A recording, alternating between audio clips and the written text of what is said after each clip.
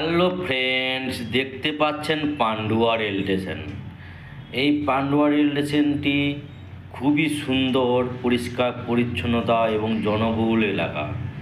এই পান্ডুয়া রেল স্টেশনটি একটু ভিডিও দেখাচ্ছি, দেখুন বন্ধুরা।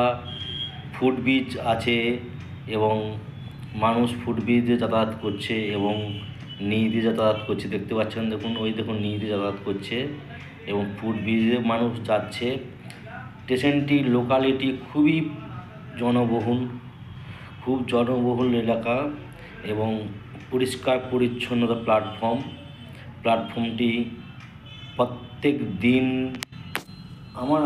আমার আনুমানিক মিনিমাম প্রায় 50,000 মানুষ যাতায়াত করে।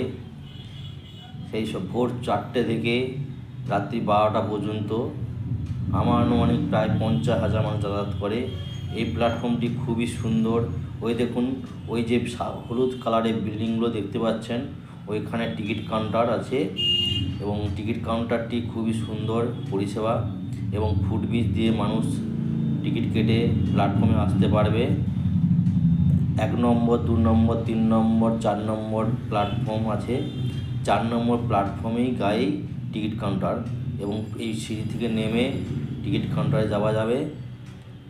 বন্ধুরা দেখুন, প্ল্যাটফর্মটি খুবই সুন্দর এবং এই দেখুন প্ল্যাটফর্মটি দেখাচ্ছি রেল লাইনে। ওই দিকটা হাওড়া থেকে আসছে আর নেক্সট টাইমটা দেখাবো বর্ধমান থেকে আসছে। এটা দেখুন, বর্ধমান থেকে লাইনটা আসছে। বর্ধমানের ট্রেন বিশেষ করে আসে 2 নম্বর, 3 নম্বর প্ল্যাটফর্মে আসে এবং হাওড়া থেকে ট্রেনগুলো আসে 1 নম্বরে বেশি আসে এবং 2 নম্বর ও আসে। 1 নম্বর এবং 2 নম্বরে হাওড়া থেকে আসে এবং 2 নম্বর, 3 নম্বর বর্ধমান থেকে যাতায়াত করে এবং এক্সপ্রেসও খুব যাতায়াত করে এই রোডে। বর্ধমান লাইন যেহেতু দূরবর্তী এক্সপ্রেস ট্রেনও যাতায়াত করে এবং বাইরে এলাকা পরিবেশটাও খুব সুন্দর, পরিষ্কার পরিচ্ছন্নতার লোকালিটিও ভালো। টোটো